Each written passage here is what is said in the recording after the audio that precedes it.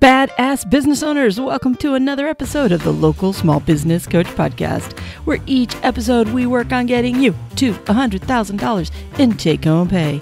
So if you're all ready to boost your profits, increase your sales, improve your processes, and develop stronger teams so you can stop living job to job, then let's dive in.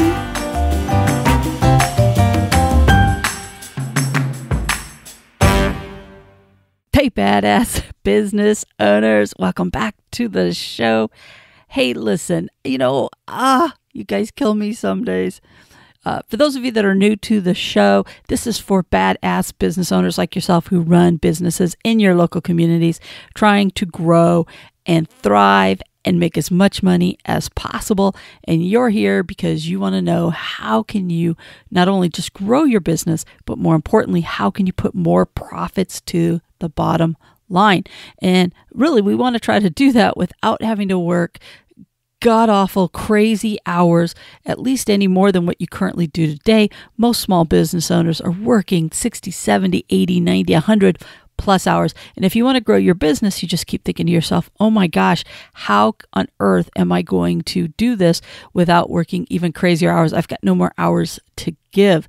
And if that sounds like you, then you are in the right place, because what we try to do is help you work smarter, not harder, and definitely how to put more of that money to the bottom line, which then benefits you in your personal life as well and helps you earn that living that you were hoping that you wanted to really just try to create when you first started your small business. Or maybe you want to grow your business so that way you can jump from the full-time gig to this, which is your side hustle. But either way, today I want to talk about that growth and how do you get there? How do you start growing that business when you really do have no more hours to give? You're already working so many hours. And this comes down to what I've been kind of leading to, and I've mentioned a few times, which has to do with processes.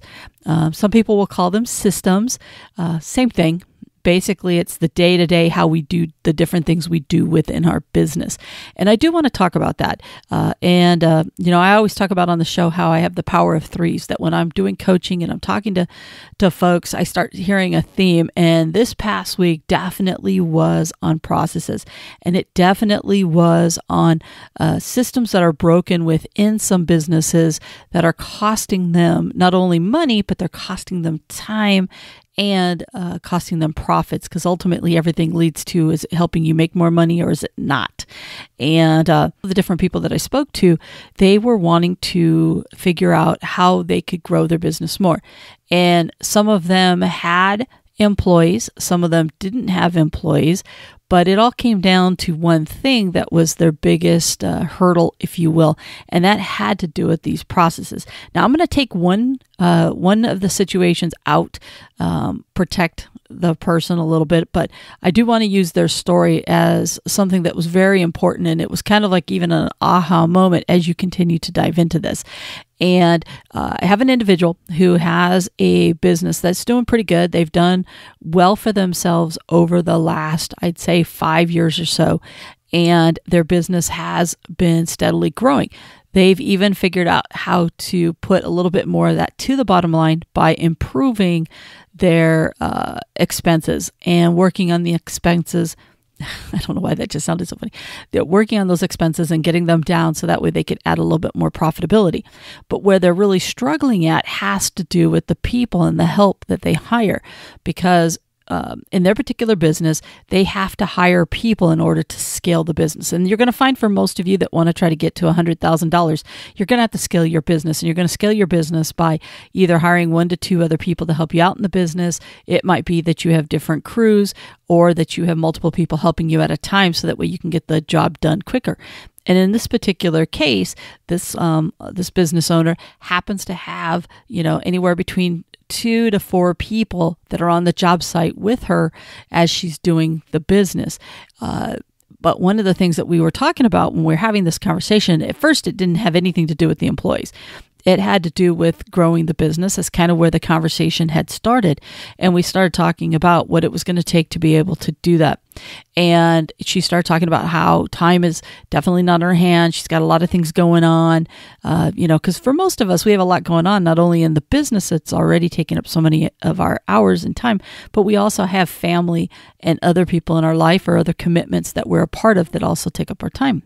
So in the end, it came down to, it started off as a conversation about time and how do you grow the business with time. And part of where it led to was the fact that part of what was taking up her time was the fact that she was losing people. So that got into a conversation about turnover and losing people and how do you get good people and how do you get people to stay, and keep diving, peeling that back. And one of the, just out of the blue, makes this comment about how, it's hard to get things done because her people are always interrupting her, are always stopping her from what she needs to do for working on the business. All right. So not just her working in the business, because these people are the ones that are doing most of the in the business piece. But what's keeping her from working on the business is she's either having to work in it to replace them, or she's having to stop what she's doing constantly to help them out, answer their questions, do whatever. And that's keeping her from being able to accomplish the goals that we had set on our previous calls. Because it's like, well, how are things? Because that's one of the things I do on the coaching calls is how did we come on the goals that we set last time? And, it was life hitting. That was part of it. Part of it was the employees losing people. Part of it was the fact that people kept reaching onto her, latching onto her and everything else. Long story short, here's the problem. For most of us, when we think processes, we have processes, all kinds of processes in our business. It could be how we answer the phone, how we get back to people, how we train people, how we do the actual job itself. In most cases, you probably have a certain way you like to do things. Every time you tackle a job, no matter what it is, no matter what product or service, whatever it is, you have the same process that you try to do.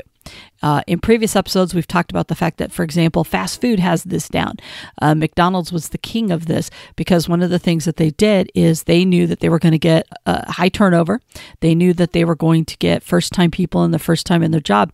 But the success of McDonald's is no matter where you go to a McDonald's, no matter what state you're in, no matter what city you're in, you're expecting the exact same experience every single time. So the only way they could do that was by creating replicable processes that could be done over and over and over. They have little sheets that show you how to make each hamburger. I want to see the one that says how to get it centered on the bun, but hey, that's a different story for a different day because that never happens. So it's funny if you have the same problem I do. But a part of what they did, their success, is the fact that they had to create processes that no matter who walked in, no matter what experience level they had, they could just jump right in, pick it up pretty quickly, and just follow the instructions. And it was going to be the same way every time, no matter which McDonald's. I want to challenge you to do the same thing in your business. Part of what we found with her as we're going through this is, we could come up with a whole list of processes that are broken for her that she needs to work on. One is how she's got to figure out what's causing her to lose all of her employees. She's got to figure out why they keep coming to her. The processes that she's got down for working on the business, and is she really scheduling them? And blah. We can go for this whole long laundry list of things that she needs to do. But what was funny was the aha moment that came about the minute she was saying, look, we're on the call, and even her people are texting her and asking her questions. And it just kept amplifying, if you will. And at the end of the day, I was just like, you're missing it. It's right in front of you. The biggest broken process that you have that is costing you a lack of time. It's costing you money. It's costing you your turnover, part of the reason why you're having so much turnover. And it all came down to the fact that her people, when you peeled it back even further, at the end of the day, her people did not have a system. They did not have a process that they were expected to do. They were constantly having to ask what to do next. So what happened is she accidentally built a business where she is the center of it. She created her own monster, if you will, because her people, while they knew how to do the actual job, they just didn't know what came first, what went next, what was the process. They didn't have a checklist, if you will, that she could send them to the job and says, just start working down this checklist and do it in this order. And by the way, if you run into a hiccup, just move on to the next item on the checklist and I'll come back and I'll check on you, or whatever the case may be. And believe it or not, this is a huge issue, not just with small business owners like yourself. This was huge during my Home Depot days. It was big when I owned my basket. It's just something that we tend to do, is we tend to get frustrated with our employees because they don't seem to know what to do, or we seem to have high turnover. Part of the reason we have high turnover is people are frustrated because they don't have anything to do. There's no job satisfaction because there's a lot of things that go into turnover. Part of it, believe it or not, it's not always what you pay them. A lot of times it's feeling valued and it's feeling as if their ideas count, but that's a subject for a different day. But part of what's in that entire mix is I can see why her employees are getting frustrated, because if she's not always available to answer the questions, she has set up her business to where she has to be available for them to know what comes next. And you can only do that for so long before you get frustrated by doing the job. So here's this one process that's broken within her business, that if she was to fix it and to come up with a checklist, to come up with these basic steps of what somebody should be doing on the job site and the order in which to do the job, guess what? She would relieve a lot of her headaches. One, her people would feel better about what it is they're supposed to accomplish. One, they wouldn't interrupt her as much as she's currently getting interrupted today, which then frees up her time so that she can start working more on the business. And here's the thing, and I'm going to try to tie this together a little bit in the next episode, because our Thursday episodes are about the numbers, and I think there's a way that you can connect numbers to the broken processes, and we're going to do that. We're going to continue on in the next episode with this particular case a little bit and pull the numbers piece into it. But for now, my main mission that I want to get accomplished in today's episode is I want you to start thinking about those things that are causing your biggest headaches, and what are those things that are preventing you from being as productive as you can. What are those things that are keeping your employees, if you have them, from being as productive as you can? And by the way, your employees can look like a lot of things. Some of you hire folks off the streets to help out with some of your jobs. Some of you have independent contractors, people that you hire for different jobs and tasks. And some of you have regular employees, whether they're full-time, part-time, whatever the case may be, meaning that you pay them as part of your payroll.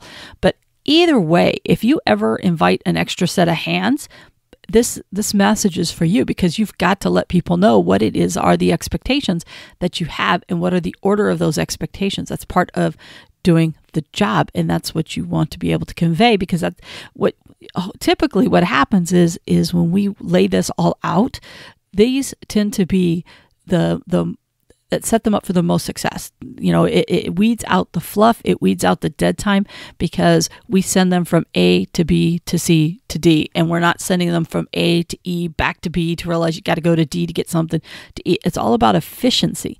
And any checklist or workflow or anything that you put together for your employees should do that. Now, by the way, even if you are a solopreneur and you are by yourself and you don't hire a single soul, you should still have the same thing, because you are not immune of sending yourself into 50 million different directions. Because you're wearing all of those hats, you can be your own worst employee. You could be your own worst employee, even if you are the only employee. And that is because you're bouncing around all over the place, versus following a system that you know will work. And we're all guilty of that. Have you ever done something the hard way and even laughed at yourself afterwards going, well, I made that hard? And it's because you didn't follow the process you knew you should have followed. You got distracted. You went squirrel and you went off and did something else, or the phone rang and sent you in a different direction. Whatever the case may be, you're just as guilty for that. So it's really important that if you want to try to put more money to the bottom line, you've really got to work, and you want to grow your business, you really got to work on these systems, these processes within your business, and cleaning them up. And a lot of times I can take any of your business, we can sit down, and I'll bet you by the time we're done having a conversation, we're going to come up with anywhere between 50 and 100 broken processes in your company, or processes that could be better or improved on. But that's not what I want you to do. I want you to focus once again on that big process that's going to sweep up a lot of those little processes. Because if we go back to the person I was talking about earlier today, in this example. If you think about it, if she would just put in a simple, easy to follow checklist, and this is the order that I want you to do stuff, she would actually fix a lot of broken processes that she's having, because it would help with a piece of her turnover. It would help with her having the time, like we talked about. It would, her people would be way more efficient, because if you think about it, if you're paying someone by the hour and you're constantly having to have them stop and start everything that they do, because they don't know what to do next, that's lost time. That's a broken process where you're not maximizing their payroll. So, and I could go on and on. There's all kinds of little things that will be picked up and swept up just by her doing this one little thing of putting a checklist in place. Now, what's funny is, and ironic, is we're having the conversation, and of course, and this happens every time I talk about this, because I actually have this conversation with a lot of people. Every time I talk to somebody about putting the checklist together, putting their system in place, what do they always say? I don't have the time. Where am I supposed to find the time? Don't you find that ironic? Because here's the thing. If you don't carve out the time to do this, you're never going to get the time. So yeah, you got to ask yourself, if you were in a quiet room, a quiet space, how long would it take you to put that together? Would it be an hour? Would it be 2 hours? I'm pretty sure that for most of you, in a 1 hour period, if you focused on nothing else, you could bang out a pretty darn good checklist of how to do things for your employees to follow. That, and let's just say worst case, it's 2 hours. That 2 hours that you carved out of somewhere, out of thin air, you went somewhere quiet. We'll come back to that. That 2 hours is going to save you multiple hours going forward. So while you don't have the 2 hours today, you don't have the luxury of not having those 2 hours. You have to give up something for those 2 hours. And you have to say, look, you have to apologize to your family. You have to go to a quiet place. This is why I wanted to come back, because that was one of the pushbacks. Well, I never have any quiet time. If I'm at home, I've always got my family on me, my kids, this, that, blah, blah, blah. If I'm at work, it's my employees, this, that, blah, blah, blah. Well, guess what? There are very few fires and emergencies in your business that you can't go somewhere and go to the library, go to a fast food place, wherever a happy, quiet place is for you. And I want you to sit there with your phone face down, and if you can turn it off, turn it off. All right. Most things are going to be okay for 1 hour. Now, if you have a sick family member, or it's a particular business that, you know what, the world really will fall apart, because I'm telling you, half the stuff that are fires and emergencies to you, or the world's going to fall apart, really aren't fires or emergencies that they cannot wait for 1 hour. Okay, you need to be honest with yourself. Can you turn off your phone for 1 hour? Can you flip it upside down? Sometimes it's just the light kicking on that gets our curiosity going. Ooh, light came on. Who texted me? Or this. So put it on silent, put it on quiet, turn it upside down, whatever you need to do for 1 hour. And go to a quiet place and just work on this checklist, this process list, however you want to call it, whatever you want to call it. I don't care. But put it in place. I'm telling you, it's going to save you tons of hours. And if you save hours, your employees, so think about all the wins. Okay. At minimum, this 1 hour is going to give you back. Your employees are going to be more efficient. You're going to make up that hour in payroll dollars alone within your first week. Okay. Even if you roll it out, let's just say it's going to take you a couple more hours to another hour to roll it out per employee, whatever. You're still going to get that hour back, because they're going to be way more efficient than they were before. That hour is going to pay itself back within that first week. You personally are going to get more hours, because they're not going to have to come to you for everything under the sun, which is going to give you more hours.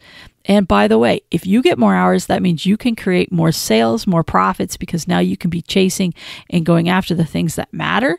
And your employees are going to create more sales and profits, because they can focus on what they need to focus on. So this 1 hour exercise that you give yourself to work on one of your most broken processes, just a simple checklist for yourself or for your employees, is going to pay back huge dividends. That alone is going to be worth hundreds of dollars, if not thousands of dollars to you every single year. You are a fool not to do it. Okay? Yeah, I'm going to call you out. You're a fool if you don't do it. So with that, I'm going to go ahead and wrap this up. I think I've been beating you up enough on it. Hopefully a process has jumped into every single one of your heads, whether it's a checklist for your employees, maybe it's your scheduling, maybe it's, I don't know. There's something that is giving you nightmares, that's taking up all of your time and energy. And if you fix this one little thing, it's going to help you. please, whatever you do, today's focus, we'll talk about more processes in the future, but today's main focus that I want to do is that if you have employees, or even if it's just for yourself, put a simple checklist of what to do next, follow the McDonald's process, and just put that in place. I'm telling you, it's going to make your life 10 times easier. All right. Now, with that, I'm going to go ahead and wrap this up. But on the next episode, we're going to talk about putting a number to these processes in our Know Your Numbers, Business Numbers series part. We're going to talk about that on the next episode. All right, with that, I've got a dog here that is driving me crazy because he wants to go outside. So I'm going to let him out, and you are going to go ahead and get on moving. Start thinking about that process you're going to fix. All right. Bye for now. Hey, badass, before you go, if your goal is to get your business up to a 6-figure take-home pay, I've got a tool that's going to help you out. If you head on over to localsmallbusinesscoach.com/8steps or hit the link in the show notes, I've got a free ebook for you. And what I do is I walk you through the 8 steps that you need to take in order to be able to grow your business into a 6-figure income.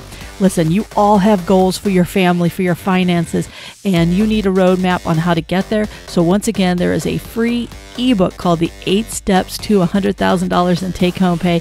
It's for yours. It's free. Just head on over to localsmallbusinesscoach.com/8steps or click the link in the show notes and get yours for free.